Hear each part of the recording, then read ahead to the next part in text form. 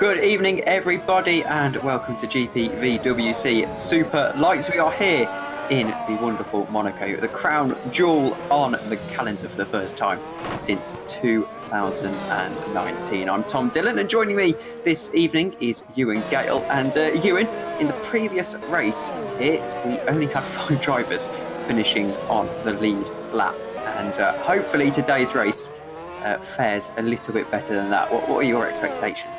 Yeah, well, we've only just come off a crazy race in Azerbaijan, which was obviously rain affected. It looked like we might have some rain tonight.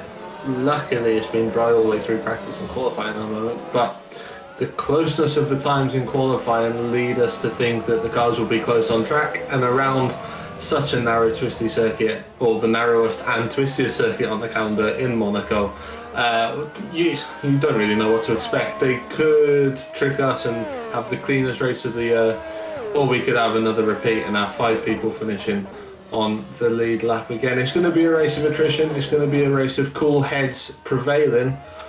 And we've got a few guys who have finished every race this year, been the model of consistency. And someone like Championship leader Shimon Frederick, top 4 all the way through in the first 5 races.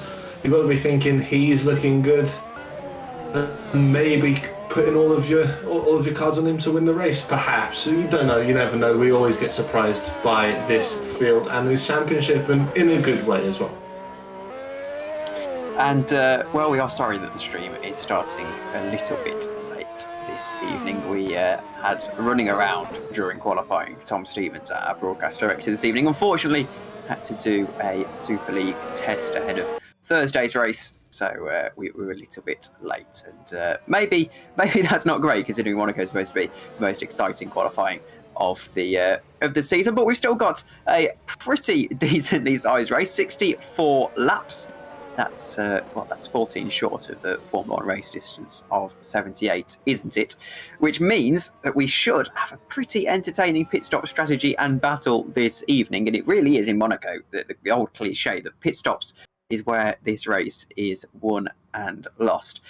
And I also hope that there's no brake fluid down at, or oil down at Raskas, as there was in the historic Grand Prix at the weekend. I don't know if you saw that, Ewan, but Charles Leclerc dramatically pinning Niki Lauda's car into the wall. And tend to find that the brakes are better when they're part of the car and in one piece, rather than exploding out and falling off the car. But yeah, you're absolutely right in what you're saying with the strategy throughout the race. It's going to be interesting. There's 2 ways of going it. You can absolutely go hell for leather and perhaps create a gap to pit into and use your outright pace, or you can control the pace from the front and make sure that you are dictating the strategy for the rest of the field. We've seen it in Superlights before, going back, as you said, we haven't been here since 2019. And we've seen it in real life in Formula 1 and Formula 2 as well. So it'll be interesting to see the strategy. Top 3 in qualifying, separated by less than a tenth. Jan Grandfirst Luke Maguire and Christian Pascal. So going to be really intriguing to see how those three attack the race. They seem to have the pace over the rest of the field.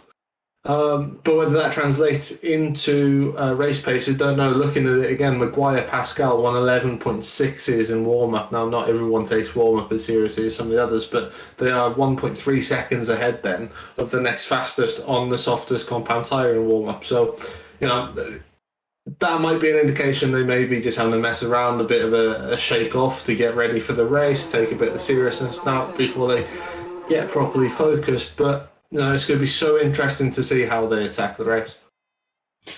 And last year in Formula One, the fastest lap of the race was a 1:12.9. So it looks like we might be a little bit faster than that this evening. Of course, the sun shining brightly in Monaco right now, and theoretically we should be seeing those lap times be at least, well, actually looking at the hot laps, we should see those lap times absolutely smashed. 23 degrees at track temperature, 23 degrees ambient as well. And in the live stream chat, as we get ready to head to the race, now the drivers are just gridding up ahead of their formation lap. I'm seeing a lot of support in the YouTube chats for Oliver Parakan.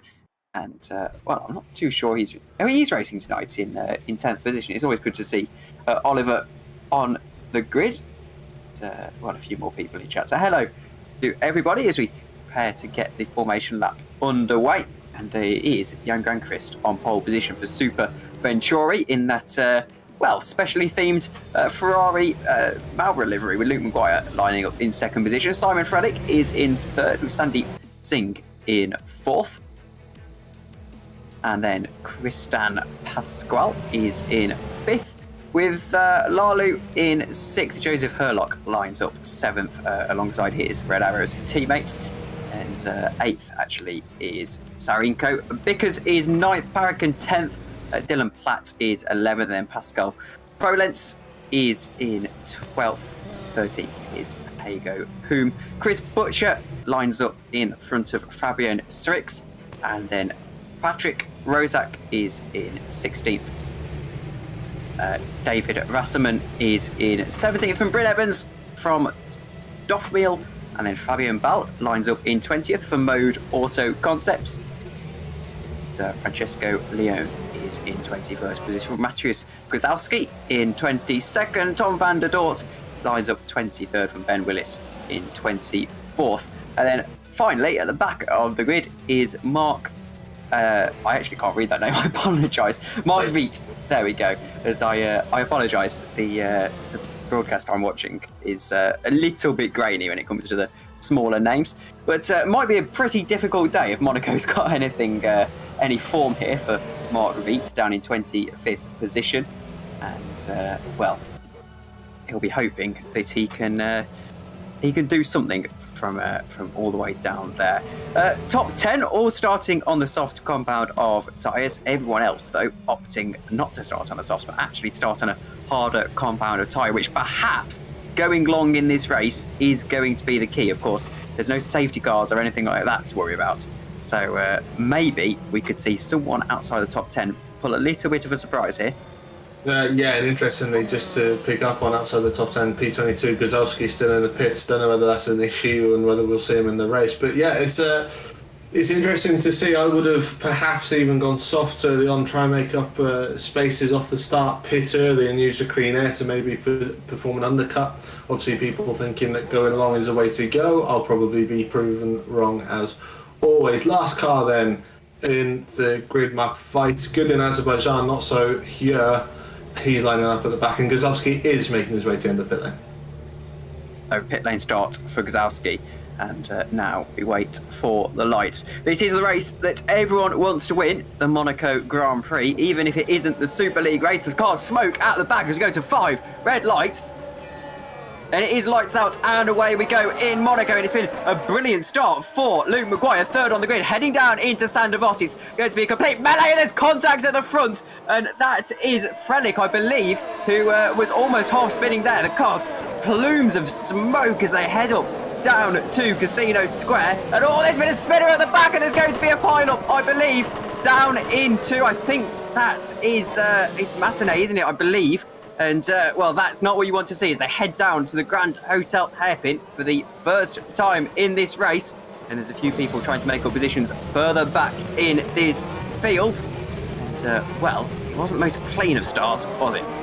No, it was, I think it was two red arrows coming together potentially. I think Lalu's gone backwards. That looks like it's Perikian without a front wing in the Superventurier. Is it? He's being passed there by Hugo Poom. So a messy start up into Massenet, but it all started really with the bunch up coming from Maguire and Frelick colliding at turn one. Lucky that they both escaped without any damage or so we think, and now Maguire's right off towards Grandfist as Saracino gets a penalty early on. So we'll see Perikian dropping down and down without the front wing. Let's see if anyone else has got damage from that. Luckily, it didn't seem like there was too much of a pile-up, and there's not too much of a field spread either. That, by the way, is exactly why Gazowski would have started from the pit lane to miss all of that melee at the start. Herlock, though, managing to escape, so maybe I was wrong. It wasn't both red arrows, just Lalu dropping down and Herlock still in 8th and now really hounding the back of Dillon Platt, who of course race winner already this season in Australia.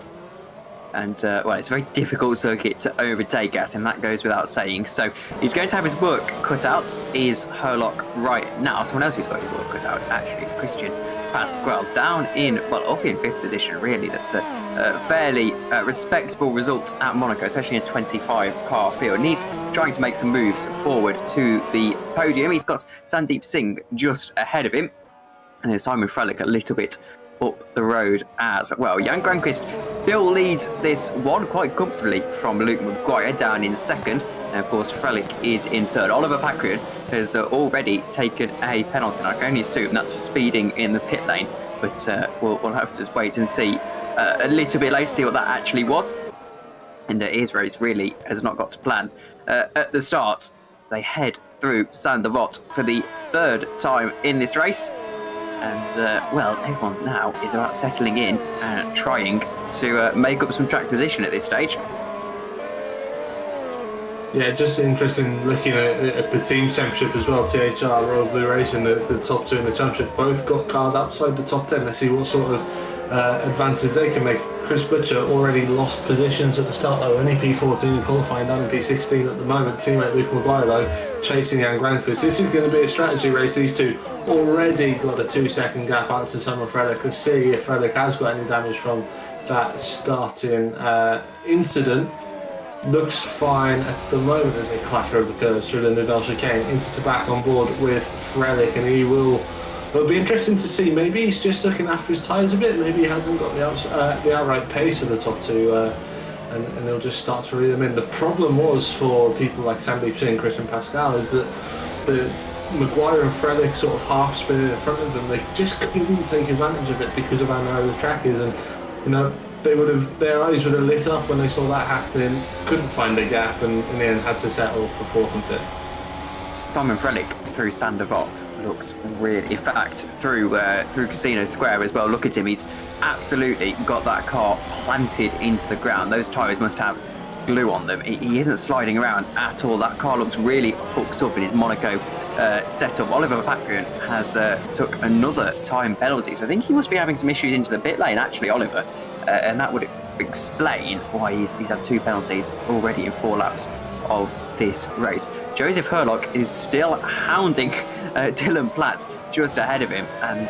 well, it might be in vain, as overtaking here is a huge task. You really need to be all over someone and sort of hound them into a mistake, and that's the key to Monaco. Of course, this circuit isn't the most popular in sim racing. This is the first time we've raced it since 2019 in GPVWC. I know a few other leagues have been racing at this circuit in the last couple of years, but really at GPVWC, this is the first opportunity the drivers are getting to have a go at this track, and I imagine there won't be too many setup files existing and things like that for the teams. So really, the first half of this race is going to have to be a little bit of a feeler.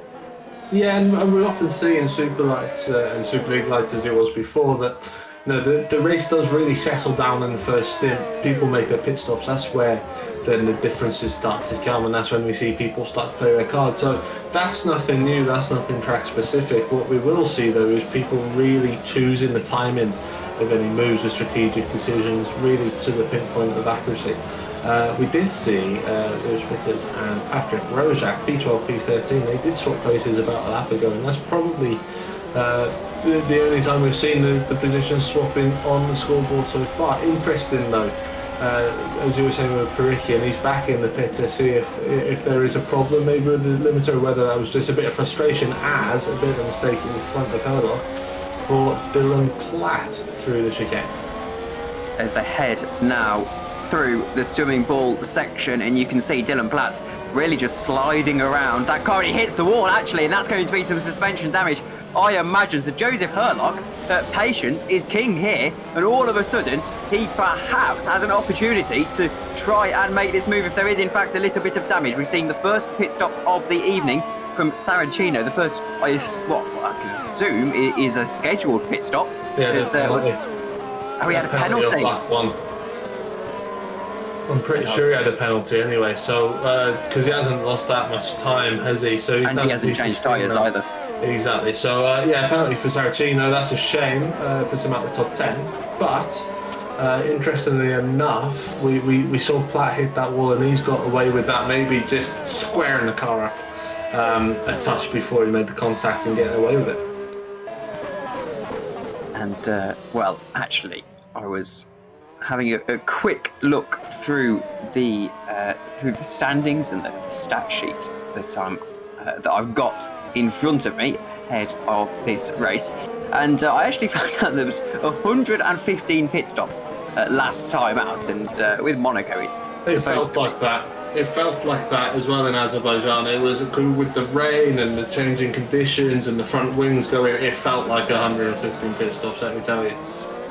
And maybe if the drivers keep going as they are when it comes to hitting the wall and things, maybe we're going to see a similar amount here. Joseph Herlock really has got a lot of extra pace on Dillon Platt, and defending around this circuit is, to be fair, no mean feat. It seems easy on the surface. However, you of course have to be completely honest, and you needn't get too greedy, because you might find yourself making a mistake, as Dillon Platt did on the previous lap. 2/10 Joseph Herlock had on his rival in the previous lap, and that's quite impressive given the dirty air that he's currently finding himself in. And I imagine he might be able to make a move in the Red Arrow racing car at some point. And I did see the live stream chat, James Pope asked what game is this?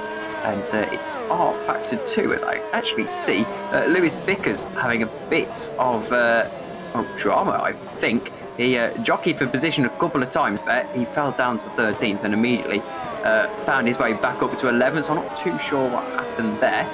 But if you do want to join this league, Lewis, you can find all of the links that you will need in the description below. That's the word I was looking for in the end. But we're on lap 8 of 64 of the Monaco Grand Prix, and Vickers, I think, might have had a little bit of a lag spike there or something. Yeah, and that's not what you want to do, because that can put you in the wall quicker than you can say lag spike. Up front though, Chris and Pascal starting to close in on Sandeep Singh. Now Sandeep Singh, unlucky last time out, qualified on pole, got caught up in a bit of a mess at turn 1 and ended up retiring with Jan Granqvist as well actually, and Lally was part of that as well, coming back, and he's in P4 at the moment. Interestingly though, there's gaps starting to emerge now at the front. Granqvist is flying 7/10 faster than Luke McGuire on the last lap. That gap's now at about 3.5 seconds, 4 seconds, stretching depending on what sector you're in. And then the big gap then, McGuire to Frelick another 3.5 seconds, and Singh about 3 seconds down as well. But already that lower end of the top 10, almost a pit stop out of reach now for Granqvist. He's really got the upper hand, so he's done the hell for leather and make the gap for a pit stop that we were talking about before the race, Tom. And that's really interesting. Dillon Platt in P6 has got a really nice strategic high ground though, with those medium tyres on at the moment. I think they're mediums, they are mediums, yeah. And then you've got Poom and Lally on the harder, Polenz and Poom on the harder tyres as well. So some interesting strategic subplots coming up. And we're expecting a 2-stop, as Ruben Michele said in the chat. I think it was Ruben Michele anyway. And in this first stint, you really don't want. Oh, Gregor's got no wing! He's made a mistake! And the race leader, all of a sudden, is going to have to relinquish his lead. And what has happened to Jan Granqvist? Has he thrown this race win away? Almost certainly now. He's got almost a pit stop to the rest of the top 10. However, with wing damage, that should be a lot. Oh, dear, down through to back. He makes further contacts with the wall, and all of a sudden, Simon Frelick is finding himself a little bit stuck behind, as there's nowhere simply on this circuit to get through, and Jan Granqvist has really thrown this race away for Super Venturi. The curse of the special livery strikes in GPVWC. Yeah, so imagining from where he got overtaken by Maguire, it was somewhere between the hairpin and probably Portier, but just that extra contact at the back will cost him. Another person in the pits as well. Who's that? That is Lalu in the pit. So Lalu must have had an issue as well, or maybe he's just putting the tyres out. But yeah, Granqvist, what he really needed, we were talking about cool heads earlier, he had such a big gap. No, that extra damage that he's probably caused with that hit at the back would have cost him more positions. He had such a big gap, he probably could have come back out sort of around 12th and 13th. Instead, he's coming out way down the order in P19 and probably costing himself points down the line. So now he's got to recover, now he's got to regroup, he's got the pace to advance back up the order. Points in the championship are key. Hearing in the live stream chat that actually it wasn't complacency on Jan's end, but in fact an issue with his pedals and hardware issues. Well, they can be a killer, as he's just found out the very, very hard way. However, all of a sudden, Sandeep Singh has got himself into a podium position. And, Luke Maguire will be feeling rather happy with this one. Second in the championship, 27 points behind Simon Frelick. And right now, he's just ahead of Simon Frelick on track. He is indeed, and Frelick is... Frelick's not got the pace to keep up with Maguire at the moment. It was faster on the previous lap, but that would have been with Maguire getting held up by Granqvist as we cut to Chris Butcher. So Chris Butcher now up to P12. He's starting to make his way through and just keeping his nose clean, as Chris Butcher tends to do in fairness. Behind him, Fabian Šerček, who had up and down Azerbaijan, managed to get some points. And then in P14, big shout out to Fabian Ball, who is on his first outing in Superlights this season, I believe, ever, up in the points for Mode Auto Concepts as well. So good effort for him, and 2 modes in the points as well. David Wasserman in P11. I've had Fabian Ball as I believe it's actually pronounced Fabian Ballet, as I should know, considering I've driven with him in a few endurance races. Actually, he was my teammate in the league towards the end of last year, and we shared successes in some of those races. And he's a very, very talented driver. It is Fabian Ballet, as Luke Maguire makes what I assume is going to be a scheduled pit stop onto the hard compound of tyre. And, that's going to be his first of what we predict will be 2 pit stops in this race. So on lap 12, I'd say that sounds about right, actually, as I don't see these tyres going further than, off the top of my head to take a wild guess, about 40 laps, maybe. And the issue for Luke Maguire now is that all of a sudden he is stuck in some dirty areas around the outside. He's going to have to go on those cold tyres down into Casino, and he's just actually been let through at the end there, which was probably sensible from it was from Wasserman, wasn't it? Who now is Chris Butcher all over his gearbox for 11th position. But really the undercut here, which is obviously what Luke Maguire's tried to achieve, might not be so powerful if you do get stuck in that dirty air like he's experiencing right now. And that could actually harm him later into this race, unless that was a pure stop out of necessity and his tyres were just gone. And oh dear, there's a mistake ahead. And who was that? That was Bickers, wasn't it? And all of a sudden, Luke Maguire has... Oh, it's Rozak, I apologise, as they head through to back now.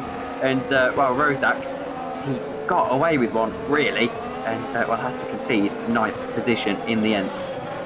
That's a bonus for Maguire. It's a classic of the rise into the chicane, isn't it, for Rozak? And he'll get away with it, I think. Herlock in the pits as well now. I think it was a pit stop out of necessity. for Maguire. Let's see if he can make a move into Sandoval. No, he can't. So, and of course, Bickers, Frelick's teammate, will try and hold him up as much as possible, but Maguire's just got so much more grip on the new tyres.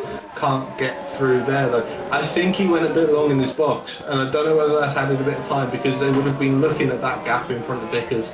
I'm sure they would have been looking at that gap in front of Bickers to get Maguire out into, and he missed it by about half a second, didn't he? So, whether that was the cause. Oh, look at the stack up into the hairpin. They're doing so well to avoid each other, and this is hurting Maguire behind Bickers. Let's see what the lap times are between then Maguire and Frelick, and see how much of a problem this causes. Maguire right up behind Bickers, can't go around the outside, surely into the chicane. He's going to try it. And they make a little bit of contact to boot as well, but Luke Maguire is through in the end, and that was absolutely brave, and I have to say, probably pushing the limits there. I don't think they quite got over the limits, but it is a Royal Blue car who leads the way. It's Simon Frelick, the championship leader, and as we mentioned earlier in the broadcast, 27 points between himself and Luke Maguire. So Luke Maguire will be absolutely desperate to win this race, not only because it can see him do a little bit better in the championship, but also help him. Well, I suppose just winning Monaco is a huge thing, as we see Bickers into the pit. So really, he was just trying to defend as hard as he could on his in-lap. And now Simon Frelick has got to do a little bit of pushing to make sure that he can gain that 2 seconds or so that Luke Maguire was losing. Maybe he's done it. Yeah, and Schumann was so slidey down into the hairpin, full option lock to the right as Lalu and Grandfist in the pits again. So they've only just pitted those two, so I wonder what's happened to them. Maybe a bit of contact. Gazowski also in the pits, Grandfist out of the pits now after 15.9. Oh! Frelick's almost lost it, oh my word. And, well, I think he'll be quite glad to see his pit crew right now. Those soft tyres clearly had given their all, trying to do the overcut, trying to make the clean air work whilst he had it. Now, this is going to be a crucial stop when it comes to the complexion of this race. And I have to wait to see where Luke Maguire is. He's down in 7th right now, and I can tell you that actually I think only a few seconds behind Luke Maguire just gets through on Simon Frelick in the end, actually. And I don't think Frelick has... He's got a penalty. He's got a penalty. Frelick's got a penalty. Dear. So that's completely changed the race, and that will always be on That was Rozak, I think, yeah. Oh, he does his wing as well. He's rear wing this time. And Rozak is all of a sudden going to have to retire from the race. He can't continue like that. Surely he's going to try it. I'm not sure he knows his rear wing's off, actually. And well, he's going to do a bit of a handbrake hairpin through the Grand Hotel hairpin. And I'll have to check the regulations, but I'm not sure you're allowed to continue when you've got that level of damage. Yeah, he'll get back to the pits and he'll get a long repair job on that. Oh dear, maybe even more so now. And that's his teammate behind, so he's done well to miss him. But Frelick with the penalty then, that is the big news. Championship leader Frelick with the penalty, as we see Rozak cut the chicane. And let's see how many positions that drops him down. Dillon Platt then from P2 on the road, he's probably about P4 in realistically P5 actually I should say. He's pitting, but he started on medium tyres, so Pascal on the softs is going a long way here. Let's see what that does for him later in the race. Probably give him a bit fresher rubber to deal with. Fassman also in the pits for mode. Well, it's going. That's a little bit frustrating from Rozak. You have to feel. I think surely if you get that level of damage, you've got to retire from the race. I thought I could have sworn when I used to race in academy that was the rule. If you lose your rear wing, it's essentially race over. And But and we see in races like this, we saw it last time. Rozak had 10 pit stops in Baku, but such was the level of attrition. He scored a point because he kept in it and he kept going and he made sure that he didn't write his car off. And this is what I was saying about cool heads earlier. Having the cool head and getting back to the pits and getting yourself in the race. If you finish a race in this sort of event, the likelihood is you're going to pick up points. So in a way, it's as long as you're not affecting other people, which he didn't. He almost did, but he didn't. If he causes a crash, then that's where you go, right, was that a sensible thing to do? But as long as he can get back safely, it's fair game, you know. So let's see what comes of it. See, he's only P17 at the moment. There's still a few people to pit. There's Pascal finally pitting off the softs and into P6. But Pollens and Poom on the hards, they'll have a long way to go before they pit another 10, well, probably about 10 laps perhaps. Van der Voort, Leon, and Saraching, Saracino, there we go, are the three retirees from this race so far. Igo Boom currently running in a very high second position. However, he's only now losing time as everyone behind him is on newer tyres, and he still owes us a pit stop. And in fact, you can see Luke Maguire at the top of your picture there, who's just catching up to this battle a little bit. As I battle is not particularly close, 1.2 seconds. He's not even in DRS range yet. Not that DRS has a particular great effect here at Monaco. And, well, really, this is where you've just got to get the hammer down and use the relative amount of clean air that you have to just try and overcut a few people. As I said, the overcut can be quite powerful at Monaco, you find, as you can gain a lot of time in the clean air. And it really is immeasurable in terms of the advantage that clean air can sometimes give you around this circuit. And I think that's really what these two will be focusing on at the moment. Here's Chris Butcher trying to make moves ahead of Joseph Herlock for P11. And Chris Butcher is on a little bit of a recovery drive here, a drive through the field. And so far he's doing it quite well. We've seen him already take a couple of on-track overtakes, and that's not particularly easy to do around Monaco, as we've mentioned so many times. And, well, not particularly on racing line through a casino, but eventually he's not losing time, we'll put it that way. As there's a battle just ahead of them. I think that's Fabien Ballet, I believe it is, who is just having a bit of a battle with Bickers in the Royal Blue car. And Bickers ends up getting past him in the end. Yeah, so Ballet yet to pit, so he'll be starting to struggle on those mediums. These guys with fresher tyres are going to eat him up. You think it'll be a dive down the inside, perhaps just about keeping the car in straight line. Ballet defence goes too deep and he'll get out of the way. So switched on driving there from Fabien, and lets his teammate through as well. So that looks like his tyres have gone, to be completely honest with you, and I imagine he'll pit at the end of this lap. Interesting, the front two, you were saying about trying to get an overcut, but actually they might start thinking about seeing how far they can stretch this, maybe get onto the mediums around halfway through. The fuel load's gone down in the cars, and then maybe they can stretch home on a one-stop and perhaps pick up a favourable result with that. Because if you think about it now, if everyone's still got a stop to make, take away Maguire of the swimming pool chicane, I imagine it's his penalty. I haven't seen him make it yet.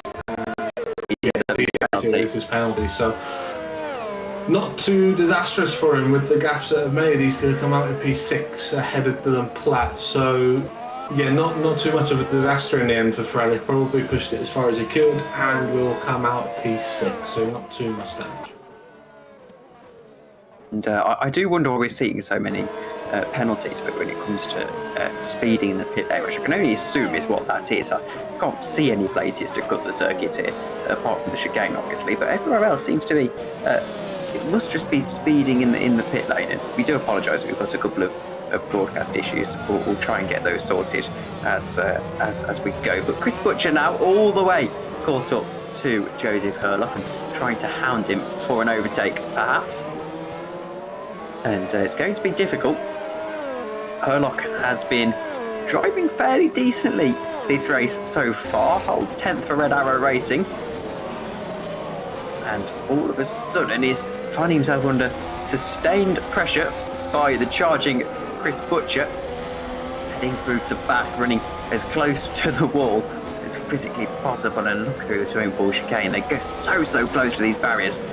And look at the Constantino effect as well, with the cars just ahead of him. It's Fabien Ballet, I think. Yeah, Fabien Ballet and Bickers, isn't it? I think. No, it's Platt, Dillon Platt and Bickers. Ballet just pits. That's just causing these cars to bunch up a little bit. Herlock not running a great deal of speed through Sander Box, and all of a sudden Chris Butcher might sense an opportunity, and again he's just not quite able to find the extra pace. No, so the thing is, in a circuit like this, it's all about, where are you at your strength, and you'll know coming out of Saint Devot, you don't need to be incredible. It's all about nailing the exit of the final corner. Anthony knows it's all about nailing the exit of Portier, and that's exactly what Joseph Herlock does. It won't give Butcher any sniff of a chance into the new chicane. So Chris Butcher slightly stuck in P10 at the moment, even though you can see on the brakes he's got a lot more pace. And yeah, just nothing doing for him. Back up front, Maguire still not quite well. He's just getting to the back of Polenz and Poom. So and looking at the lap times, Polenz 1:14, only just into the 1:14s, 1:13.8 for Poom. They're not disastrously slow, in fairness to them, still finding a nice bit of pace on lap 22. So they're really bringing themselves into the discussion for good points here, those two guys. And I mean, Poom was on the podium last time out anyway in Azerbaijan, so really enjoying these street circuits at the moment in the TTF racing car. And again, really good points on offer for them today. So at the moment, really, we're looking at net Maguire first, Singh second, Pascal third, and then Frelick fourth as well. So Frelick's penalty not doing too much damage. But the damage it will do is that he knows that he's now got a mountain to climb if he does want this race win that he was in contention for, and now he's essentially got to hope that the people ahead of him have torrid times as well. As we see Chris Butcher is still on the back of Joseph Herlock, and well, I think you said it perfectly, really. Herlock just faster in the right places. He makes a bit of a mistake through the chicane, however, but as you said, you can afford to do that, as Tabak isn't an overtaking opportunity. The only real overtaking opportunity on this back end of the circuit is Razkas, and you have to be so brave and well, perhaps a little bit crazy as well to go and move into Razkas. Yeah, and I mean the thing for Herlock at the moment is he's up behind Bickers anyway, so when you're in a train like this, you're not trying to close in on anyone, so he can just follow Bickers and do whatever pace Bickers is doing, and he's just got to focus on the two places. As Poom now starting to perhaps show a bit more pace than Polenz, faster on the last lap. Again, he has been for 3 laps in a row, and maybe Poom's starting to think about pulling the trigger and going past Polenz if the opportunity arises. But Polenz himself on the podium last time out as well, although the positions were switched between the two of them, and Poom gets so close to the wall out of the swimming pool. So these guys still got a few laps left on these tyres. You feel they're going to try and stretch it to halfway. Let's see what they do to Maguire and whether that allows Singh to close in and make the second half of the race really intriguing between Singh and Maguire. Still early days in this one. We're not quite halfway yet. That will come around lap 32, lap 33. Still yet to see any signs of a pit stop between Polenz and Poom. And I see a wing on the track there, and I wonder who that belongs to. And looking through the timing tag, I can't see anyone losing a particular great deal of time unless... I think it's Bryn Evans. He's just come into the pit. There we go. So he's a bit of an older one there. The virtual marshal's clearly not particularly on points here. But maybe Poom now has actually looked after his tyres a little bit more. Is this where we're starting to see the cliff as he tries to make a move around the outside into the chicane? Not quite going to be in the end, and I wonder, we saw such a dramatic cliff for the soft tyres, we saw a dramatic cliff for the medium tyres, and is lap 24, lap 25 about where we start to see the cliff for the hard tyres as well? It's starting to suggest that with how nervy Polenz looks at the moment, and yep, I think we're just about right with that one as he comes into the pits, and now Luke Maguire is going to have to keep a cool head here. That was close in the pits, so there was somebody leaving the pits. I think it was Perikian to Super Venturi, and Polenz was coming in, and they sort of did a bit of a tango in the pit there and then managed to avoid each other in the end. But Polenz getting held up slightly by that. Let's see if that does anything. It will put him behind Bickers, I think, or was that Platt going through? I think it was Platt, yeah, so he'll come out in P7. So this is what I was saying, the nice bit of strategy to go, but he's gone back onto the hard, so we'll have another stop definitely. Let's see what Hygo Poom can do. Can he get to halfway, and can he do something nice and special with the strategy, maybe go on to mediums and try and pull a one stop off? Because if he can, he is right in position for a podium chance here. Maybe. And I say maybe very, very... It'll be tough for him to reach in, don't get me wrong, with the tyre deg that we're seeing, but if he can get to halfway and put some mediums on, then he can give himself a chance, but it looks like he's pitting. Yeah, and I think it is that cliff that we were talking about where the tyres just essentially give way and just lose all the grip in the world. And, Polenz will be pretty happy with his brand new set of hard tyres, and he can do a bit of pushing around the people around him. The only issue is that they stayed out so long on that first stint that they essentially lost an entire pit stop worth of time, about 20 seconds or so. And interesting to see what Hago Poom has put on in terms of tyres. It's going to be another set of hard, so they're going from hard to soft, you'd imagine. He got out ahead of Bickers as well. Of Bickers, who now is going to try on his warmer tyres, make a move down into Casino Square. He's not quite going to be able to do such a thing. And Poom is now going to have to get his head down and push on in 7th, as all of a sudden he's in contention at some very, very good points in this race. Yeah, and I mean, they were 8th and 9th before the pit stops, and now they're 6th and 7th. So of course, some people have run into troubles as well, but they've managed to get themselves up the order. Now they're right with Dillon Platt as well, and as you said, put themselves in contentions for some good points. So they will have to make another pit stop. Of course, I mean, they only did 24 and 25 laps anyway, so it's a bit obvious that. So no one stop's going to be happening. Polenzo right up behind Dillon Platt with some fresher tyres. This is going to be interesting towards the end of the race. What we've got is we've basically got the accordion effect where you've got people stretching out, and then the strategy converges towards the end of the race. We're going to get cars coming closer together, and potentially some crazy final laps as Polenz looks up inside into Sander Vott. Nice and clean, but he had to get out of it, and Dillon Platt holds on to P5. Thinks about it down into Massenet Casino and that sequence of corners, and again, just has to stay behind. There's absolutely no doing in a move down there. But now, perhaps down into this little section of circuit, he isn't again quite able to do it, and he's really, really hounding Platt is Polenz. And we can see a very, very brave move. You'd probably bet your house on him doing something down into the chicane. Look at this then. Look at the extra exit speed he got off of Portier, and now he thinks about it around the outside at the chicane. He brakes as late as he can, and they make a bit of contact, and he's into the wall. It's Dillon Platt. And he loses his rear wing for his troubles as well. And you have to say you could see that coming from a mile off, and Dillon Platt just didn't quite make the apex. They made a little bit of contact, and all of a sudden it's going to be a very, very early and premature trip to the pits with a tap at the wall, on a clonk at the wall really, to back, and he's holding his steering bent as well. He's got some suspension damage. This is going to be a very lengthy pit stop. Yeah, and he didn't need to defend the place really. He should have known that the strategies were different, much fresher tyres for Pascal, and it probably would have been better a little bit of sensibleness, taking a sensible pill and just let the place go, and it will come back to him later on the strategy. So a bit too much ambition, I think, but he's paid the price, and hopefully he'll come back, score some points, because he deserves it. He was up in P5, great pace from Dillon Platt, and just a shame that he ended up in the wall. Trados has asked in chat, is that a racing incident? And I have to say, from just looking at it immediately, I'd say yes, that's a complete racing incident. Absolutely. I mean, at some point, Pascal's got to turn in.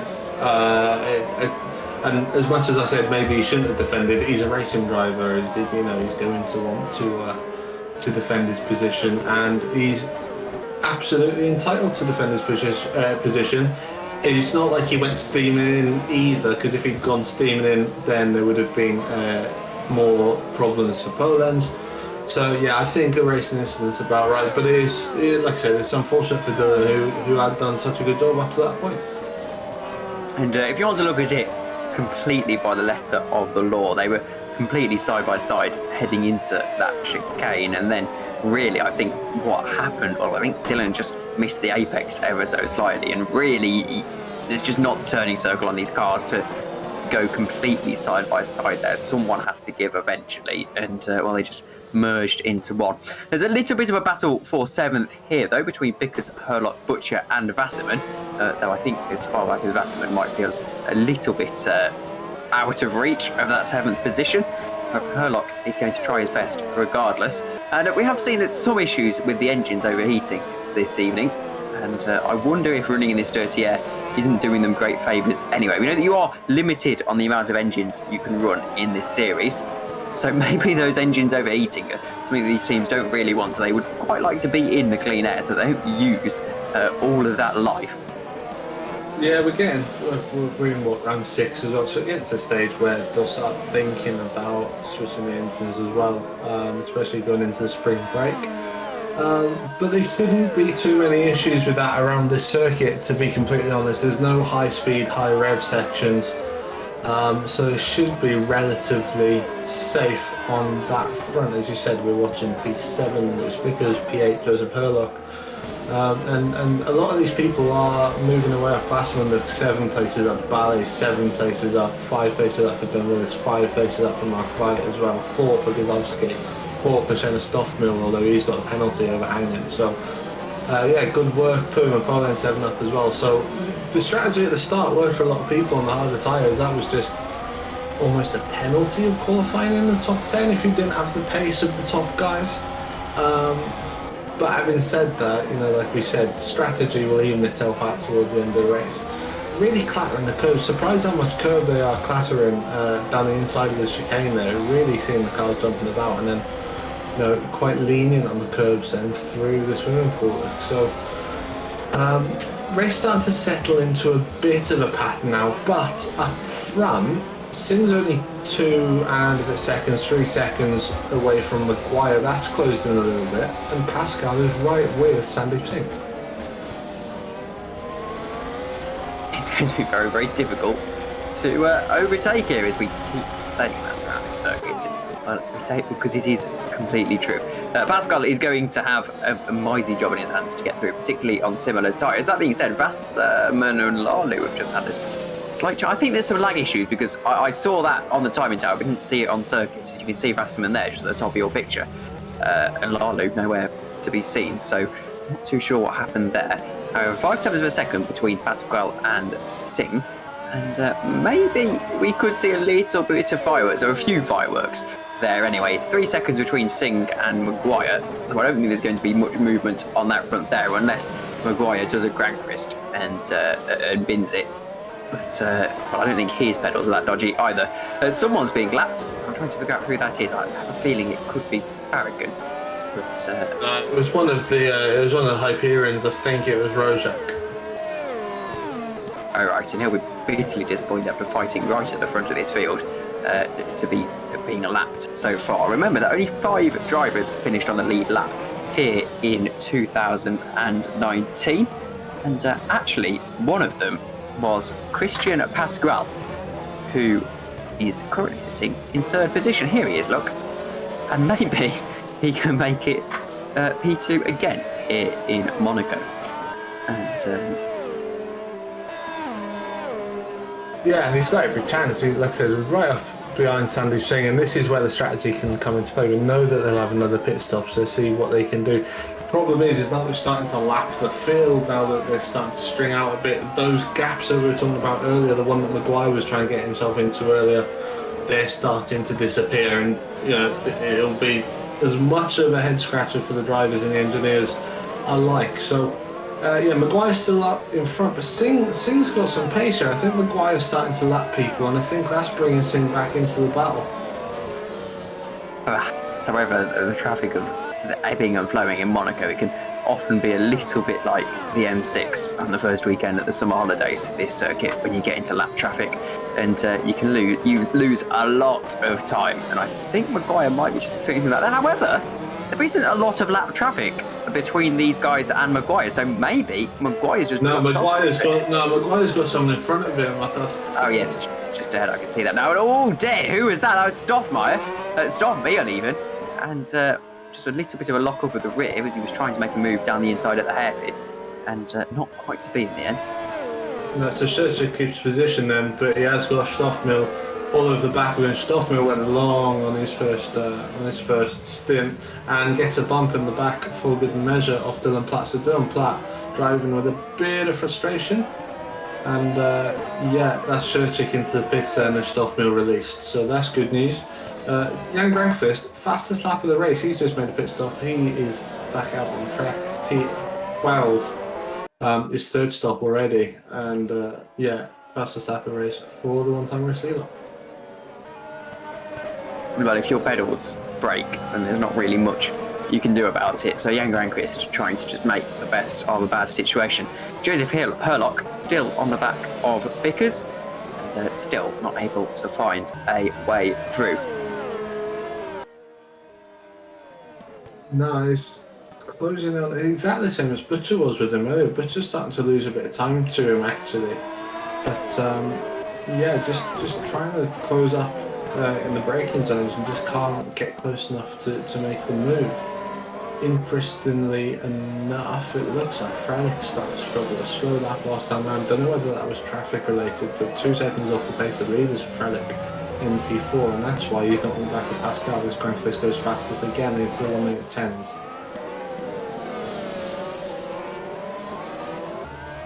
And we move on. And, interestingly, down in 11th is Lalu, and I think he'll actually be quite hoping he can get a position here, because if he fails to, this will be his first time not finishing in the points of a Super League Lights race, or SL2 as it's now called, Superlights, since Italy 2021.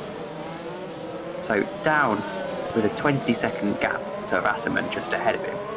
We'll be hoping he can get that position there. Yeah, absolutely. And had a bit of a up and down race in Azerbaijan last time, and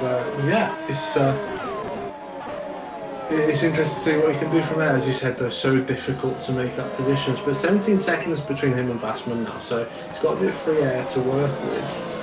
Went back with his teammate Joseph Herlock, still stuck behind Frelick. Still unable to get through, and this must be so frustrating for him. He's trying his absolute best to get past, and he just can't quite get the extra speed in the right places, and it must be really frustrating to drive around this circuit like that. Plus, he's got the dirty air to contend with, which will be absolutely chewing through his tyres. What's really nice to see though, and it's nice that we've been able to watch this battle for a little bit, it's just the different lines, the different tactics that everyone in this train is sort of employing to try and do something different to get through. We've seen Herlock going late on the brakes, we've seen him braking early on the brakes and trying to get drive out the corner, we've seen him duck to the inside a little bit to put those Bickers off, and nothing's working so far. Bickers has put up with everything being thrown at him, so really nice to see. And this train's going back to Wasserman. They will allow Lalu to come back at them. Back up front, Pascal still within a second of second, but still nowhere near fast enough to make any sort of move. They pretty much do the same lap time as each other, so really close up front. Very, very close indeed, and those lap times are very, very close as well. And the majority of the field within the 1:13s. And Jan Granqvist actually set to 1:10 on the previous lap. He's 3 seconds faster than Lalu just ahead of him, who, as we said, has that mighty consecutive points finish of 9 races. And there's been a change for position up at the front. Luke Maguire is into the pits for his second pit stop of the evening. And is that maybe a little bit premature? Can he go to the end on... Maybe, yeah, it'll be a second hard tyre pit stop, won't it? And in fact, it will be difficult for him to go to the end. It's about right though, because he did 24 laps-ish on it as Bickers comes into the pits as well. So we saw Pullens and Pum do about 24-25 laps. That's about what Maguire did. He did about 24 laps on his hard tyres as well. So that's about right. And with the fuel load going down, there's a front wing off someone's car there around Massenet Casino. But yeah, with fuel loads going down, that's what, 27 laps, we should be able to make that. Because that's a factor I hadn't thought of, actually, fuel loads going down. However, Singh starts to lead the race, and, well, we haven't seen that so far this afternoon. Here is young Granquist, who perhaps threw away the race win. Well, there's no perhaps, but he did throw away the race win, but he goes for a move. And, well, that is quite impressive, to be fair. And 3 seconds a lap faster, he might be that confident on the brakes, and he gets through in the end. Sandeep Singh is into the pit, so he's responding to Luke Maguire immediately. And let's see, has he actually been able to pull off the overcut? It would have been a mighty difficult task, considering Luke Maguire came out into clean air, and he should theoretically inherit this race lead back pretty safely. And we're just going to wait to see. Yes, he does. And I don't think there's much complaints there, or many complaints there from either of those parties. And all of a sudden, Singh, who actually probably lost time, 2 seconds that gap now, as Dillon Platt down the inside into the chicane, and oh dear, it's kind of the villainy you teach me there, as he's done to Stoffmeal what he feels he had done to himself. Yeah, clean enough though, wasn't it? Stuff managed to keep it out of barriers. It's pretty much right there. We've seen the paces. We've seen Granquist moving through. Lalu latest to pits. Granquist moves through into P8 now, so past Herlock already as well. Which Herlock pitted, I apologise. So, yeah, so Herlock's jumped Bickers then in the pits. That's what confused me. Herlock's jumped Bickers in the pits. So, finally some release for the Red Arrow car, and he can get off down the road, but he can follow Granquist now as well.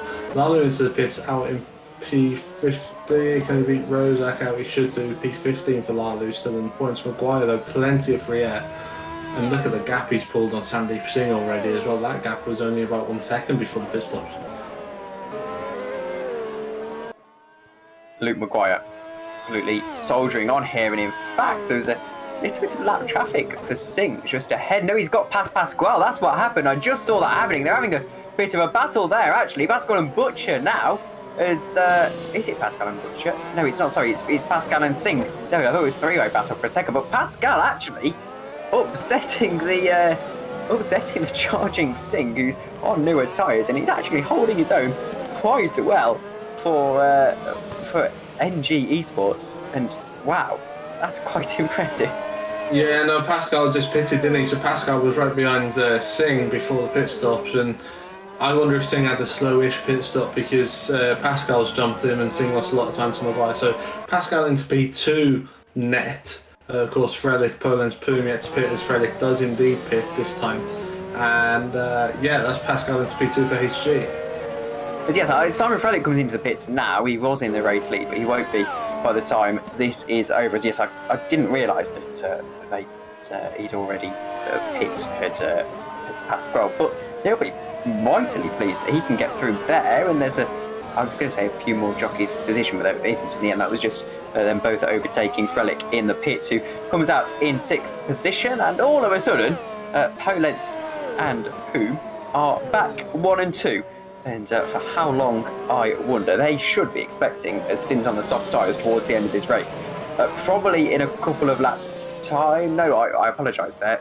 Probably about lap 52, they'd be looking to go into the pits, I'd imagine, so that they could do about 12 laps on those soft tyres towards the end of this race. Yeah, it sounds about right. Let's see how far they can go. Of course, as we said, fuel loads play a big part in that as well. So, Polens and Poom, a nice gap. Maguire will close them in nice and quickly, but then Pascal, net P2, Singh, net P3, and Frelick, despite the penalty, they'll be in net P4. Granquist is the one to look out for now. Does he need another pit stop? If he doesn't, he's played himself right back up into the points, but also if he can just eke a bit of a gap out and maybe do a quick pit stop at the end, then he's really going to be looking good. But of course, already used the 2 compounds that he's required to. So if he can stretch some sort of stint out towards the end, which would be incredible, by the way, if he could, he's looking pretty for some good points. Absolutely. And those stints, extending them, we see is so difficult with that tyre drop-off. Simon Frelick now actually catching up a little bit to Singh. He wants the podium back. and well, that penalty has really cost him a chance at the race win here. But he'll take a podium, I would imagine, the championship leader. And an interesting fact about Prelic actually is that he has also had a pretty impressive consecutive points finish, stretching all the way back to Italy 2021. However, his, of course, spreads across 2 series, SL2 in 2022 and, of course, Super Cup 2021. So he made the jump up, and he's made the jump up very successfully so far, and we're looking for his first podium at the Monaco Grand Prix. Absolutely. Super Cup now FS1, as it is known, from the Sprint 1. And of course they raced last week, and great races they were. On board though with Shimon, and trying to close into Singh, as you said, really, really aggressive over the curbs. And yeah, the problem is with these top guys, they're sort of as good as each other at the moment. No one's really doing anything blistering lap time wise. Actually, the fastest is Singh on the last lap. He did a personal best on the last lap, so Singh's finding a bit of time. But Frelick and Pascal both faster. All faster than Luke Maguire though, who had a mediocre-ish lap, to be completely honest with you, and that's why Pascal's within 2 seconds now of the THR. And well, that's Luke Maguire. He's actually struggling a little bit, Luke Maguire, 2 seconds. And that's a pretty sizable gap. However, he has got back marker traffic just ahead of him, I can see. If I try and refer to the Race View track map, which is actually a little bit treacherous. It's difficult ground. It's not lap traffic, is it actually? It's the 7 seconds up to Hume and Polenz. And I can tell you that we're starting to see perhaps a little bit of a repeat of what we saw in the first stint, with Polenz now falling off a little bit. It was 0.8 of a second, that gap, for a moment, and perhaps this is going to be the lap that he comes into the pit, lap 43 of 64. Not long to go in this race now, and we're really into the danger stint now. This is where you have to start pushing and you have to start making up ground, and maybe Polenz and Poom need to start to think about pitting. Be surprised, to be completely honest. I mean, they were doing 114s before they pitted last time, and really pushing those tyres to the end. That was on full fuel, and they were doing 24, 25 laps. So they've got to be aiming for that 50 and maybe switch to mediums or softs to try and make sure that they get the best out of the strategy that they've chosen. Frelick almost weaving, just trying to put off maybe Sandeep Singh in P5 there. But Singh, this is a good recovery after what happened in Baku. No doubt would have been really annoyed and angry that his pole position got taken away from him in the first corner accident, pitting him out. And a good fight back so far in the top 5, likely to be a podium if everything goes to plan from here on in. 21 laps ago. And 21 laps seems to be around that magic number when we do start to expect pit stops. And that gap sort of floating around a second now. Of course, those two aren't in the lead of the race, quote unquote, legitimately, as pit stops still have to come. The rest of the field, we believe, shouldn't have to pit again. Luke Maguire, Pascal Singh and Frelick all making 2 pit stops. Of course, Frelick making an extra trip down the pit lane for a drive-through penalty that he won't be wanting to remember for too long. Heading through Portier, he just flipped a bit of curb there, and actually that's allowing Singh to get away from him a little bit. Of course, he's still in DRS range. However, DRS range is pretty much arbitrary here. It's only really there because the FIA have to have a DRS. So on each circuit, it doesn't actually offer much benefit. And I don't think the drivers are even getting to 8th gear around here now. And really, it's all about your exit from Portier and your exit out of, I'd probably argue, Raskas, really, and to back. Yeah, so coming out of Raskas, coming out of Anthony Nose, you're waiting for the driver in front of you to make a mistake more than anything, and we're waiting for, hopefully, you'll have looked after your tyres a bit more so that you're getting the traction that you need. But Frelick just doing what he needs to do, sticking on the back of Sandeep Singh, but this is the long game now for the guys up front. They haven't got to go for an ambitious move down the inside somewhere, risking their front wing. They just need to take the points that are on offer, move on if they need to, especially for Frelick. He's had the penalty to take, what is he in that fourth? To take fourth would be perfect for him. These two guys up in front though, they're not losing time too badly to Maguire. What's that? 2/10 between Maguire and Poom on the last lap. So these two still have a very decent pace on these hard tyres. Coming towards the end of their stint, I imagine they've still got about 4 or 5 laps to go, but really impressed with both of them. They're both consistent, lapping consistently. The only error we've seen was Polenz earlier, and that was mainly down to tyres at the end of his first stint. So yeah, really impressed by those two. Really putting a strong performance in, both of them. As Frelick still just can't get close enough. He's taken a lot of different lines. You can see the lines he's taken are different to Singh. Maybe that's just to get out of the dirty air. Maybe that's just trying to find some pace that he can't get any closer to Singh though.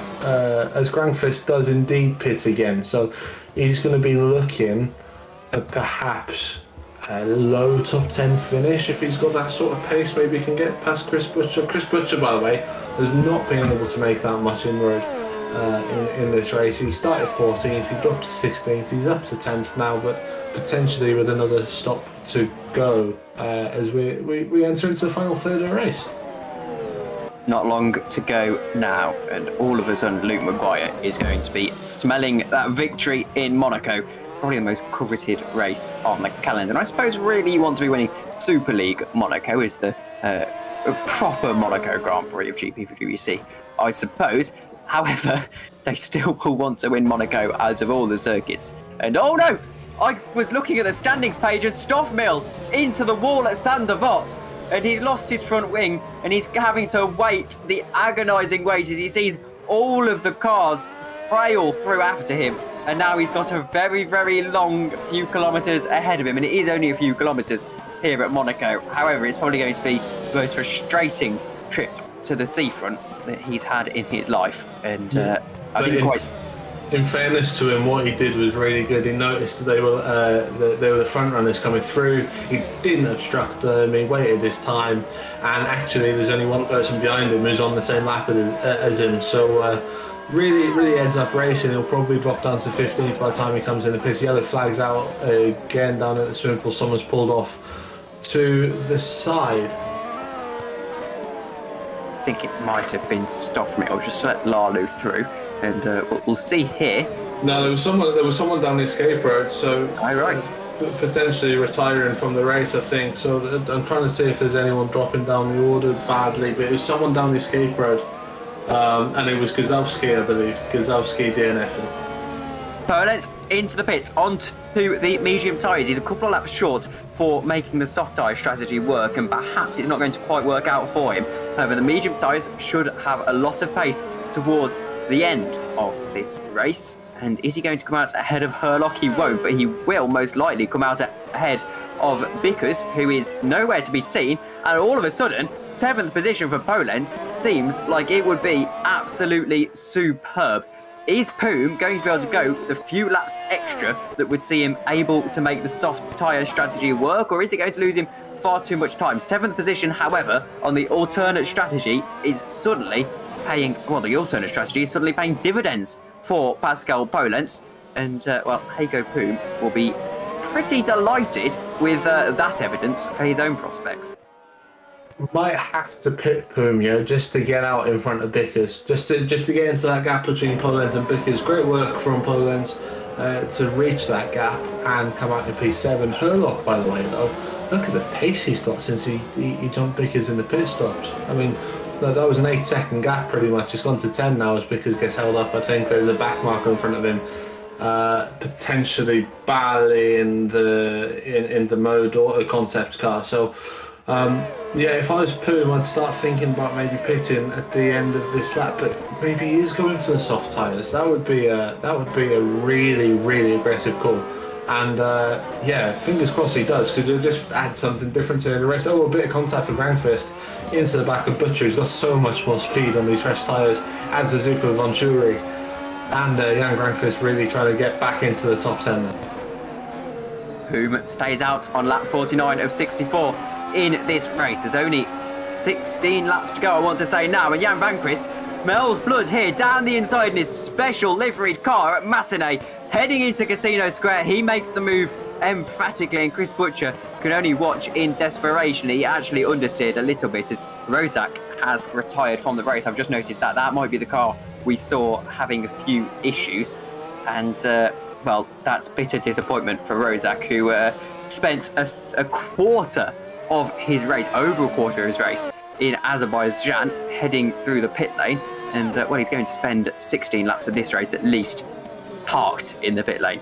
Yeah, both Hyperions. And so it was Guzowski down the escape road. I saw Rozak was in the pits at the time that Polenz was in the pits for his stop, but looks like Rozak didn't get back out. So Rozak retiring, both Hyperions retiring within a lap of each other. So that's no good for them. But Pascal Wright up behind Luke Maguire. Luke Maguire's got no pace on this stint. He's really struggling at the moment in terms of pace, and Pascal's got the pace on him, so this might not be as simple as Maguire thought it would be. Behind as well, Frelick all over the back of Singh, and as we said they would earlier on, they're all converging on each other, the top four. Could the pressure of this race get to Luke Maguire? 6/10 of a second, that gap. But all of a sudden, Pasquale is going to start to feel like he can have the win here at Monaco. Monaco, the one that they all want to win, perhaps. And now he's going to do all in his power in the next 15 laps, 14 laps when they get to the line, to get past Luke Maguire. He is all over the back of the second place in the championship, and currently is getting a pretty nice points haul over Simon Frelick. However, Pascal is faster in all the places it seems to matter so far as they head down into Massenet. Is he going to be able to make the move? Luke Maguire has to just take a little bit of a wider line just to make sure he gets the entry that he needs, and he's just ahead at the moment, and this could get very tense very quickly. Yeah, and if you notice on the run up the hill, very clever car positioning from Luke Maguire, just putting himself in the middle of the road and not really giving Pascal a sniff up into Massa. Now, it would have been brave, though, to be fair, if Pascal had gone for it. And now Maguire, as we said earlier, fast out of Portier, and it gives Pascal no chance whatsoever. Top 10 at the moment. Poom then still yet to pit for the second time in the lead. So Maguire, the de facto race leader, Pascal third at the moment, Singh fourth, Frelick fifth, Herlock fantastic pace sixth, but Polenz on medium tyres in seventh, closing him down. Bickers P8, Vassinen P9, and doing a fine job, and P10 for Grandfist as a back marker gets out of the way as Mark fights. It might be Shurchik actually, there's both actually, that might be a problem for them. Comes into the pits. Poom pits, but both of the Blackhawks are in the pits at the same time as well, so potential problems for them. Poom in the pits, finally, mediums on, he'll be very aggressive at the end of this race. SC Ray comes out, Herlock will go through, and so will Polenz. So those two on mediums could really bring the fireworks at the end of this race. And I wonder why he hasn't gone for the soft tyres. We saw the soft tyres doing 12 laps easily at the start of the race. He only has to do 13. It's really 12 and a half if you think about it. So Heiko Puma, I wonder why he has gone for the medium tyres, not the soft tyres, unless he just doesn't want a headache. And I suppose he could push. That's a good point I've just heard in my ear. And he can push like hell now. Yeah. And always the move for the lead of the night. The lead of the race. Well, that was probably the biggest trip up in my words as I could, and a bit of a trip up as well for Pascal, who gets a penalty as well. I think they might potentially dispute that. I think he might just go on with that, because they both went over the chicane and Pascal gave the position back. So I'd be surprised to see them peel into the pits. What it does do is it brings Sandeep Singh right into the battle, and so to Shimon Frelick. So four-way battle for the lead effectively. Maguire now just taking off, and yeah, they both missed the chicane. They both sort of outbroke themselves trying to keep a position, and neither made the chicane. So that's interesting. That's a battle for the lead, and it's what we want to see. Fantastic stuff. as they just locked wheels, actually, looking at the replay on the YouTube. And Luke Maguire was a bit aggressive with his squeezing to the wall, and they locked wheels. And I mean, you can't turn in when you've locked wheels with someone. So I wouldn't say a great deal of that is on Pascal at all, actually. And well, I'd absolutely dispute that penalty. The only thing that I think could be an issue, I'm not too sure if R Factor 2 disqualifies you if you fail to serve a penalty or not. I'll have to double check. Yeah, but if he gets in the race, I'm sure the RD will sort that out anyway. So Pascal, though, trying to chase down. So that's what, a 1.5 second advantage now that Maguire's got. I'm kind of a little bit surprised that gap has gone out. I thought Luke may have just sort of evened that out a bit, but I guess Pascal did give the position back. So having taken it at the chicane, interestingly, both of them are starting to gap Singh again. So the top two definitely have the pace over everyone else. Everyone lapped up to Pekka Lalu in P13. Dillon Platt on the lead lap despite his incident at the Nouvelle chicane earlier on. But he is the next on up the road and not too far away either, 75 seconds down. As Helga Poom now on those medium tyres is right behind Polenz, who's right behind Joseph Herlock. And tempers flaring at this stage, and Hago Poom now trying to make a move on Polenz. These two have been inseparable so far in this race, and well, they've both got the tyre advantage on Joseph Herlock quite dramatically, actually, on those brand new medium tyres. Hago Poom being on even newer medium tyres than the man ahead of him. And well, Pascal and Maguire are really going to have to have some words after that, I think, as that was absolutely right on the edge from the both of them. However, we focus on this battle for the time being and look at the extra grip that Poom has through to back. He's going to be able to probably make some stuff work here. Yeah, I mean, the thing is that these two guys with the grip they got can break so much later, but there's no point if you can't get up alongside. So let's see what sort of grip they had out of Antonino's. Not enough. So you've really got to set it up here if you're Pascal Polenz, get the slingshot through Sam Devot and get the run up the hill. The problem is that Joseph Herlock, with the pace he's got, has been so good today, been released from behind Lewis Bickers and has plenty of speed as well. So Grandfist, by the way, making his way up. He's past Vasserman, he's past Bickers, and after his last stop already back up to P8 as well. So a good recovery for him. Poom has a look into the hairpin and thought better of it. Yep. Poom still tucked in behind, still able to make anything work at the moment. And let's have a quick look at his lap times, actually. 1:12.8. So in fact, the lap times for everyone has really decreased. They're going a lot faster, and 0.7 of a second the gap now for the leader of the race as well. So we'll have to keep an eye on that battle as Pascal is catching up rapidly. Yeah, Pascal's the fastest man at the moment. Oh, and traffic coming out of the pits as well. Traffic coming out of the pits. It's one of the Blackhawks. I think it's yeah, oh, he holds up Pascal.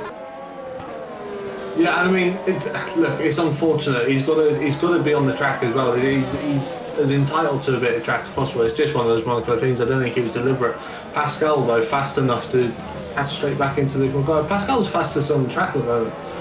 He's really fast and faster than Maguire. And you know, any other track he'd probably be in the lead and waltzing away. But Maguire doing everything he can and positioning his car nicely to defend that lead at the moment.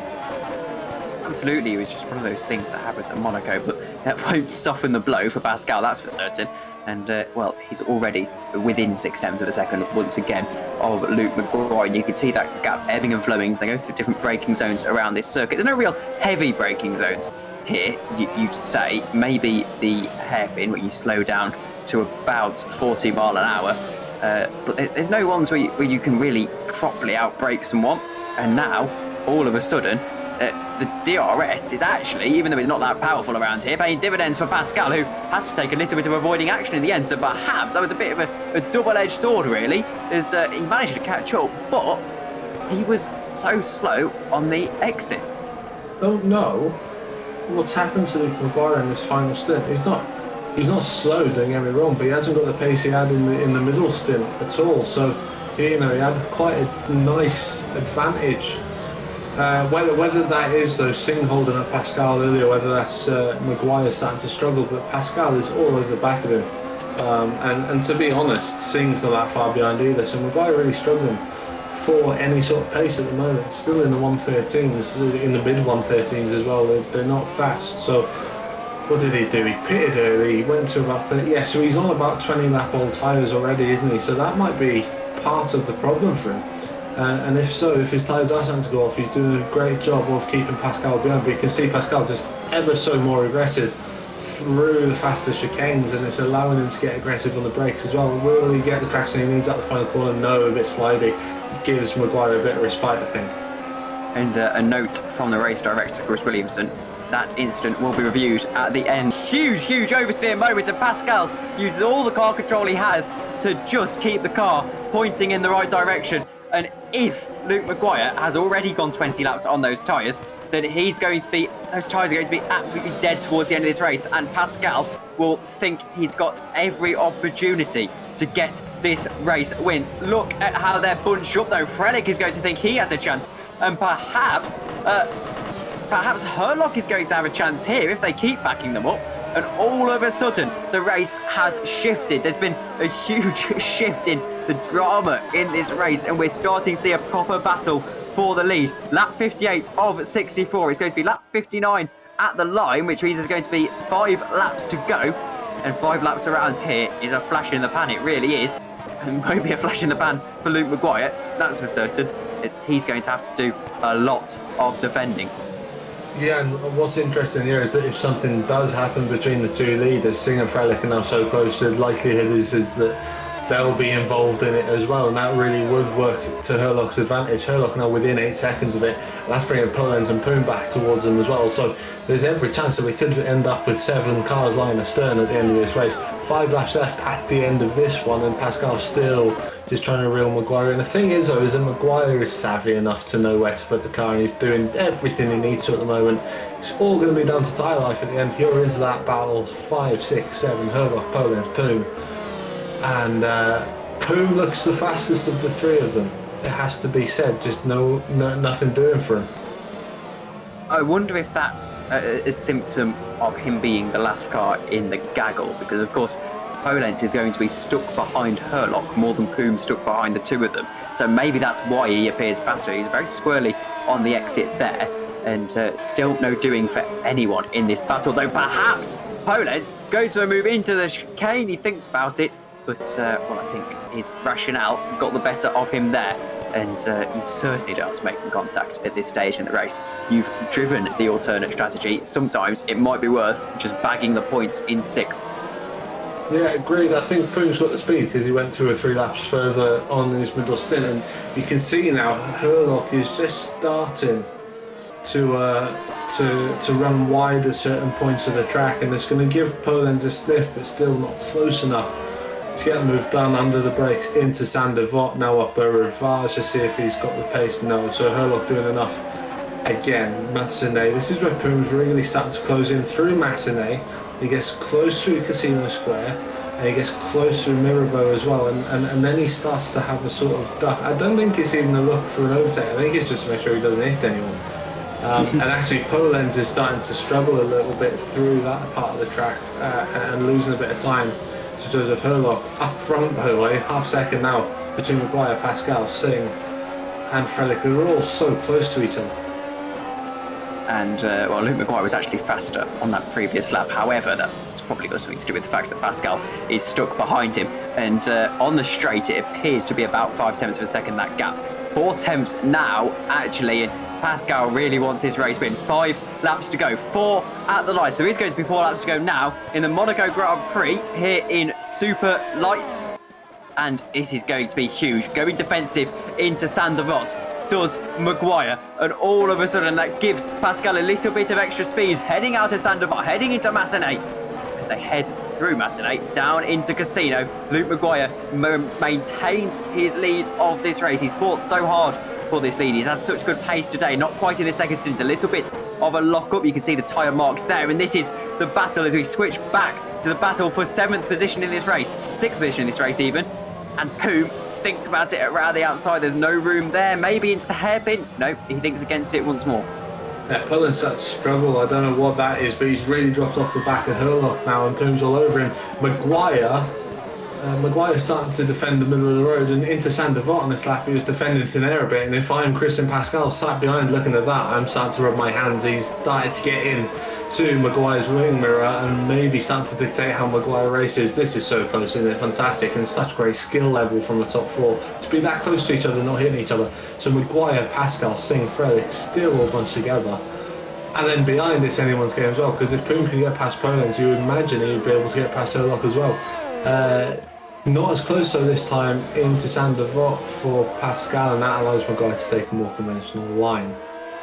Pascal has really, or no, Maguire even, has really hit that cliff that we were talking about, that we feared he would hit. And, well, he's hit it again, and he went a little bit wide. And this is going to give Pascal the opportunity that he needs around the outside. It just puts Maguire on the wrong line, and now down into the hairpin. He has to tuck back in, and this is going to be so close. All it's going to take is a particularly good exit out of Portier, and Pascal has this race win. Let's see what he could do. There's going to be 2 laps now at the line, 2.5 laps to go in this race, and Luke Maguire maintains the race lead. And in fact, he was his own worst enemy there, Pascal. He was so close, but it actually works out worse for him. 0.6 of a second that gap goes down to. Luke Maguire really struggling. Here we go, Poom around the outside at the chicane even. Then he gets through in the end, and now he can chase after Joseph Herlock in the dying embers of this race. It's now 0.3 of a second at the front of the field. And this is a titanic battle. This is one of the best battles I've ever seen at Monaco, one of the only as well. And now, as they head down into Sandevot again, Luke Maguire, they're making contacts through there, and Luke Maguire really squirrely heading down into Massenet now for the penultimate time, just ahead. Still, Luke Maguire, and Pascal is going to try absolutely everything. He's going to throw the kitchen sink at this race win, and I think it comes to a point where he'd rather DNF than not get this race win here. It's going to go that close to the wire. Again, good exit out of Portier is all he's going to need. Luke Maguire is sliding around. His tyres have really given all they have to give. Luke Maguire is giving all he has to give. And now, down into the chicane. Once again, he's got extra speed, has Pascal, but has he quite got the speed to make the move? No, again, Luke Maguire just maintains the lead. There's going to be a lap to go after this one, and that's going to be the overtake opportunity into Tabak. He thinks about it, but no, he just has to stay behind. He thinks about it, but no, he just has to stay behind. It's just a bit of gamesmanship. He's trying to get in Maguire's head a little bit, get a mistake out of the Irishman. So Maguire's going defensive now, and that's why. Through Raskas even, I apologise. Yeah, no worries. That's why they get in the contact though, is because the pace difference when he's defending offline is the key, and that's why Pascal is starting to not be able to make the move. But Pascal, look how much more speed he had through Sandevot. It looked like his chance of being gone, and now he's already right back up. But a big slide into Massenet, that's going to give Singh a chance. So maybe that is Pascal's chance gone now, and Singh looking at P2. Singh wouldn't have thought about P2 looking at these two battling ahead, apart from if they collided, and all of a sudden the pendulum has swung once again. 1.2 seconds is the gap. Suddenly, on the final lap of this race, Pascal has seen his chances as a win all but evaporate, and now he has to look behind. Luke Maguire, I don't know how he's weathered that storm. It's probably the biggest storm he has ever weathered, and now he's starting to smile a little bit because he can accelerate away on those worn, on those tired tyres, and it's actually now Pascal who's doing the defending. He's probably going to hold on to it. Luke Maguire is almost certainly going to hold on to this one, and this has been it's like Senna and Mansell in 1992. It's been that close, and the defending has been absolutely superb from Luke Maguire, who rounds Anthony Nose for the final time. He's going to cross the line as the winner. Only just Luke Maguire, and Pascal is going to finish in second by, again, probably better margins than he expected. And Singh's going to have to settle for third. Yeah, absolutely. And Poom didn't quite get the move on Herlock done, but fantastic move to get into P6 on Poland, who started to struggle towards the end. Grangfist, P8, he'll be happy with that after everything that happened for him, because coming round Ladaskas for the final time, he'll be in P9, and again after starting outside the top 10, will be relatively happy for the championship leading team. Will be racing to pick up the points that they also need. And then David Wasserman, P10, having started way down the order, will be chuffed for Mode Auto Concepts. Chris Butcher getting back to P11 from P14 on the grid. Not the day he would have wanted. Another difficult qualifying for the THR. Dillon Platt in P12, recovering from an incident of his own, was in the top 5 at one point. Yukbeka Lalu way back then, P13 at the moment, and through the chicane for the final time. So let's stick with the red arrow. He had he had an interesting race last time out. He came 8th in Azerbaijan, having disputed the lead for a long time. Not as easy this time out for Lalu. Way behind Dillon Platt's 12th and a lap down, I believe Lalu was. So he'll just come straight into the pits, will he? Yeah, he will. So Shurchik will see the checkered flag in P14. Here are the race results, and I've managed to calm down now. That was quite intense towards the end. Luke Maguire takes the win in Monaco for THR, and then it is Christian Pascal who finishes second for a second time in Monaco in a row. He finished here in 2019 in second, and perhaps there's just something about second in Monaco that he quite likes. Sandeep Singh finishes in third, and we've switched page a little bit faster than I could anticipate there. There we go. Simon Frelig is in fourth position. Joseph Herlock finishes in fifth, well fought for in the end. And then the two on the alternate strategy in the end, sixth and seventh, was Hago Poom and Pascal Polens. Jan Granqvist, disappointing, finishes in eighth. However, that was a pretty good recovery drive after a pedal failure meant that he had to take a trip to the pits for a new wing. Lewis Bickers finishes ninth with David Wasserman in 10th. 11th is Chris Butcher from Dillon Platt, from Lalu, from Fabian Suzuki, and then it's Stoffmeal in 15th, Fabian Ballet in 16th, just outside the points, Ben Willis in 17th, Oliver Pacrian in 18th, Mark Viet in 19th, and Patrick Rozak in 20th. As for the DNFs, it is Gazowski, Evans, Devort, Leone, and Sorincho. And we've got a great deal of interviews to get through now, and I think, get it out of the way, we ought to start with the three THR boys, as Toby Davis, Chris Butcher, and Luke Maguire join us. Luke, it only makes sense that we go to you. Race win, and just how old were those tyres towards the end? Well, I guess they were as old as everyone else's. I just pushed them a bit too much in that stint. It's just really hard, when you're, trying to. At one point, I was thinking, the guys in front aren't going to pit, and then just trying to keep the same gap to Sandeep so he doesn't get too close. And then all of a sudden, the tires had lost performance. I hit the wall, and the car had quite bad suspension damage. So I was just really nursing them home in a way. And a pretty good result for the team as well. Chris Butcher, we saw you trying to sift your way through the field, and you made a couple of on-track overtakes today. And how were you finding that? Yeah, it was a bit of a rough race, to be honest with you. Not helped by my rookie mistake in qualifying.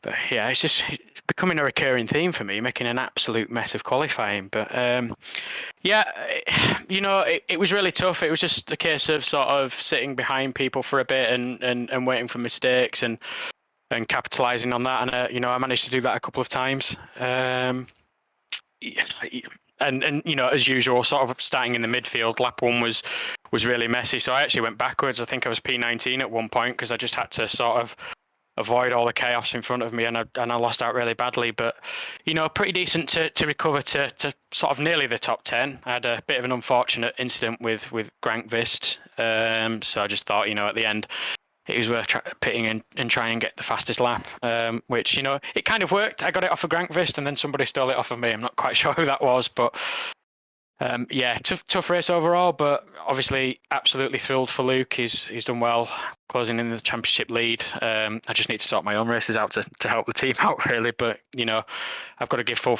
full thanks to the team. Everybody works so hard at this. Toby and Tom and Tom Stevens as well doing the R&D work. We couldn't do this without them. And hopefully I can sort of get my act together and start repaying them. And Toby, this is a crucial result in the championship fight against Royal Blue Racing. And just how can you build momentum from this result here in Monaco? So thank you. It was an up and down race, wasn't it? Luke drove exceptionally well considering he was ill. I want to say that first. So he did a great job today. And Chris obviously maximised what he had. How do we build? I mean, we just got to keep getting the results. It's a long championship, not halfway. So we're not really looking at the title fights just yet. Taking it race by race and making sure we can maximise what we can do behind the scenes to give us the best possible results. We have two very good drivers and a fantastic support network that Chris alluded to behind the scenes with Tommy Lee, Tom Stevens, March Kropp. Andrew Warren did help us a little bit for this round as well. So yeah, we all put the hard work in, and it does result in some good results. So very grateful to be part of THR, and we'll continue to push hard, and hopefully at Canada we can get both the boys right at the sharp end. And thank you very much for the interview, and hopefully we speak to you next time out as well after an equally as good race. Thanks, Tom. Cheers, mate.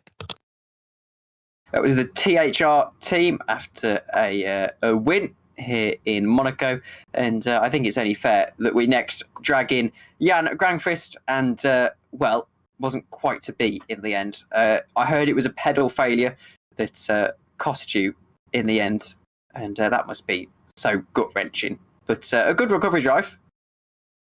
Yeah, yes, indeed, it was a pedal malfunction, and it's very frustrating, especially as I came out the pit and I was ready to push once again with the hard tyres, but even after repairing the front wing and all that, it only took 2 laps to catch up to Mark Veit, I believe, and tried to go around the outside. He fortunately ploughed into me, and yeah, that was yet another plus 30 seconds. It was very tough for the first few stints. And I guess you're hoping to pick up a couple of race wins after that disappointment. You've already got one in Bahrain, and do you think there's more to come? Yeah, absolutely. As long as my pedals don't malfunction, might as well get new ones. Yeah, for sure, there'll be a few wins waiting for me, I believe. Well, thank you very much for the interview anyway, and hopefully we speak to you after a few more wins later in the season. Thank you. Okay, let's now talk to third place finisher Sandeep Singh, and maybe for a second you thought that you could get second at the end there, but not to be in the end. Yeah. I mean, I was hoping them two would take each other out up front because I was just kind of sitting there waiting, and then there was only one little chance I had, but I wasn't really close enough to send it at that point, and I didn't want to risk I just didn't want to risk it then. And as well, you I apologize, I couldn't think of a question for a second, but anyway, heading into the rest of the season, where do you see yourself finishing out? You're currently 7th in the standings. Maybe you can make up a few positions. Not bad for. I was about to swear there. Not bad for a bad start, but I mean, I got taken out in Baku. That probably lost me a win, and then last couple of races, I've definitely made a step forward in the setup. This wasn't even my strong track. This is a very bad track for me, so I'll take a podium. But I'm looking forward to the spring break, just having a little chill out, and the races after that. Let's see. Okay, thank you very much for the interview, Sandeep, and again, hopefully we speak to you soon. Thanks. One more interview then coming up we've got Marco Frelick. Furlick, even. I apologise. I've been saying your name wrong all these years, Marco. But anyway, talk us through your race today. Yeah. So qualifying, Jan Paul did. Obviously, I didn't race, as you probably know. Oh, you didn't race? Yes, no, of course. You know, I thought to myself for a second you didn't race. I was looking through the order and I thought, no, I don't remember seeing Marco today. But I assumed because you were waiting for interviews, you were racing anyway. Yeah, that's Simon. He's a different guy. Oh, yes. Well, don't I look silly? And well, hopefully you're not the first one. Don't worry. Hopefully, no one clips that, as that's probably where my brain has got that. But I just assumed because you were waiting for an interview, you wanted an interview. So, have you got anything particularly you want to say whilst you're here? No, not really. I was just there to talk to the guys, to be honest. Oh well. You have a good evening, sir. Same to you, mate. Thank you very much. As well, that was embarrassing, but I think we're done, just about. And well, they really don't help us out, do they, Ewan? But it has been a pleasure commentating with you this evening. And any final thoughts? I think by the sounds of it, everyone's starting to look forward to this, the new edition of a little spring break after the first 6 rounds, and we'll come back in 4 weeks, not the 2, 4 weeks, and get the show back on the road. But championship's all to play for, isn't it? All the big guys are up at the top and consistently giving us a good show. So can't wait to be back. Although I'm pretty sure that some of those, especially with how intense the racing are, clearly some of those are waiting to have a week off and regroup. Yep, and well, I echo those thoughts as well. It has been a pleasure, but other than that, we thank you all very much for watching this evening, and what a race it has been. But without further ado, thank you all very much for watching, and we'll see you all later. Good night.